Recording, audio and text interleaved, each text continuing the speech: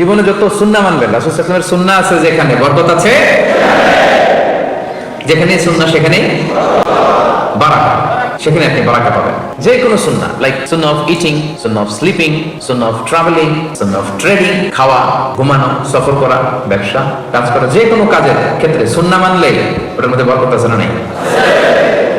সুন্নাহর সাথে সবসময় নিজেকে জড়িয়ে রাখবেন। যেমন সুন্নাহ অফ ইটিং, খাওয়ার সময় সুন্নাহ মানলে কি বরকত পাওয়া যায় দেখেন। এক সাহাবী এসে বলে, ইয়া রাসূলুল্লাহ, ইন্না নাআকুলু ওয়া লা নাশবা। হে আল্লাহর রাসূল, আমরা খাই কিন্তু পেট ভরে না। এরকম অনেক সময় হয় না? হয়। কার কার হয় দেখি? খাইলেও পেট ভরে না, দেখি কার কার। সাহস করে দিয়ে একজন হাত তুলে ফেলছে। ঠিক আছে, সৎ সাহসের জন্য ধন্যবাদ। হতে পারে যারা কাজ করে বেশি, চিন্তা করে বেশি, ক্ষুধা লাগে। নট নেসেসারি যে আপনার অনেক দৌড়াইতে হবে, এক্সারসাইজ করতে হবে না। আপনি ব্রেন স্টর্মিং করলে ক্ষুধা লাগবে। আমি নিজেও ফিল করি, যখন কোনো কিছু নিয়ে খুব ভাবি তখন ক্ষুধা লাগে, এটা হয়।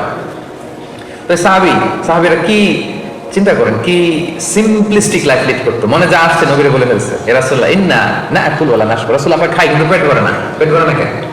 তো রাসূল সাল্লাল্লাহু আলাইহি ওয়াসাল্লাম দেখেন কি বলে। রাসূল সাল্লাল্লাহু আলাইহি ওয়াসাল্লাম বললেন, লাআল্লাকুম তাকুলুনা মুতাফাররিকিন। মনে হয় তোমরা একা একা খাও, একসাথে খাও না।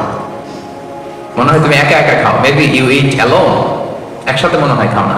ওই সাহাবী বলে, না, হ্যাঁ ইয়া রাসূলুল্লাহ, আমি আসলে একা একা খাই, অন্যদের সাথে বসে মিলেমিশে খাই না। তখন রাসূল সাল্লাল্লাহু আলাইহি ওয়াসাল্লাম খাবারের সুন্নাহ শিখিয়ে দিলেন, দ্য এটিকেটস অফ ইটিং। তিনি বললেন, ইজতামিউ আলা তাআমিকুম। না না না, একা একা খেও না, খাবার নিয়ে একসাথে সবাই বসবা। ওয়াযকুরু ইসমাল্লাহি আলাইহি, খাওয়ার আগে বিসমিল্লাহ বলবা। ফাইন্নাহু ইউবারাকু ফি, তাহলে তোমাদের খাবারে বরকত ঢুকায় দেওয়া হবে। এবার বুঝছেন সুন্নাহ মানলে কিভাবে বরকত পাওয়া যায়?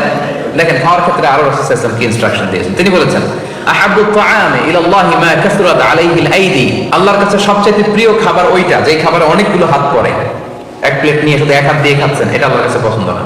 একটা খাবার নিয়ে অনেকগুলো মানুষ বসে চারদিক থেকে নিয়ে নিয়ে খাচ্ছে, এই খাবারটা আল্লাহর কাছে বেশি প্রিয়। সুবহানাল্লাহ। তাহলে একা একা খাবেন না, বাসায় যে স্ত্রীকে নিয়ে খাবেন, ছেলে মেয়েদের নিয়ে খাবেন, বাবা মাকে নিয়ে খাবেন, বন্ধুদের একসাথে খাবেন। এবং খেয়াল করে দেখবেন, একা একা খেলে যে টেস্ট পাওয়া যায়, কয়েকজন মিলে খেলে এটা টেস্ট বেড়ে যায় কয়েক গুণ। কি বলেন? পারে না? বাড়ে। দেখবেন, খেয়াল করে দেখবেন, তাহলে বেশি বরকত। আবার রাসূল সাল্লাল্লাহু আলাইহি ওয়াসাল্লাম বলেছেন আরেকটা এটিকেট শুনেন, আল বারাকাতু তানজিলু ওয়াসাতাত তাআম। খাবারে বরকত নাজিল হয় একেবারে মিডলে, মাঝখানে। এক প্লেট খাবার, মাঝখানে বরকতটা আগে নাজিল হয়, সেখান থেকে ছড়ায়। ফাকুলু মিন হাফিয়াতি, তোমরা চারিপাশ থেকে খাও, মাঝখান থেকে নিও না। ওয়ালা তাকুলু মিন ওয়াসাতি, মাঝখান থেকে উঠাবে না। তাহলে লেটস সে বিরিয়ানি আনা হলো এক বোল, আপনি যখন ডিস্ট্রিবিউট করবেন বা খাবেন, আপনি এক পাশ থেকে শুরু করবেন, করতে করতে করতে করতে মাঝখানে যাবেন। অনেকে একবার মাঝখান থেকে দেয়া শুরু করে, না, বরকত নামে ওই জায়গায়, ওইটাই যদি একজনকে দিয়ে দেন তো বাকিরা বরকত পাওয়া লাগবে না?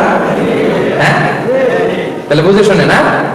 আচ্ছা, মাশাআল্লাহ, তো বুঝতেছেন। আরো কি বলেছেন রাসূল সাল্লাল্লাহু আলাইহি ওয়াসাল্লাম, দুআমুল ওয়াহিদি ইয়াকফিল ইসনাইন। দেখেন আমাদের ইসলামিক ভ্রাতৃত্ববোধ কত সুন্দর। একজনের খাবার দুইজনের হয়ে যায়, রাসূল সাল্লাল্লাহু আলাইহি ওয়াসাল্লাম বলেছেন। দুআমুল ইসনাইনি ইয়াকফিল আরবাআ, দুজনের খাবার চারজনের হয়ে যায়। দুআমুল আরবাআ ইয়াকফিল আস-সামানিয়া, চারজনের খাবার আটজনের হয়ে যায়। এটা আমাদের ভ্রাতৃত্ববোধ। একটা বঙ্কুশ চাইলে দুজনে খাওয়া যায় না? কথা কেন কেন? নাসি গোরাইন আয়াম, মজা করে খাইয়াম। দেখেন, নাসি গোরাইন আয়াম নিয়ে আসছেন আপনি এক বক্স, এটা দুজনে মিলে খাইলে হবে না? হবে না? এটাই শিখেছে ইসলাম আমাদের। আনলাম, তুমি একটু আমি একটু, ভাগ করে হয়ে গেছে খাবার। দুইজনের খাবার চারজন শেয়ার করা যায়, রাসূল সাল্লাল্লাহু আলাইহি ওয়াসাল্লাম বলেছেন। চারজনের খাবার আটজন শেয়ার করা যায়। আলহামদুলিল্লাহ পড়েন। কি সুন্দর এটিকেটস তিনি আমাদেরকে শিখিয়েছেন। তাহলে আমরা জানলাম, এটা তো শুধু খাওয়ার ক্ষেত্রে আমি বললাম, এরকম সব কিছুর ক্ষেত্রে রাসূল সাল্লাল্লাহু আলাইহি ওয়াসাল্লামের সুন্নাহ আছে না? ফলোইং সুন্নাহ, সুন্নাহ মানলেই বরকত নেমে আসে।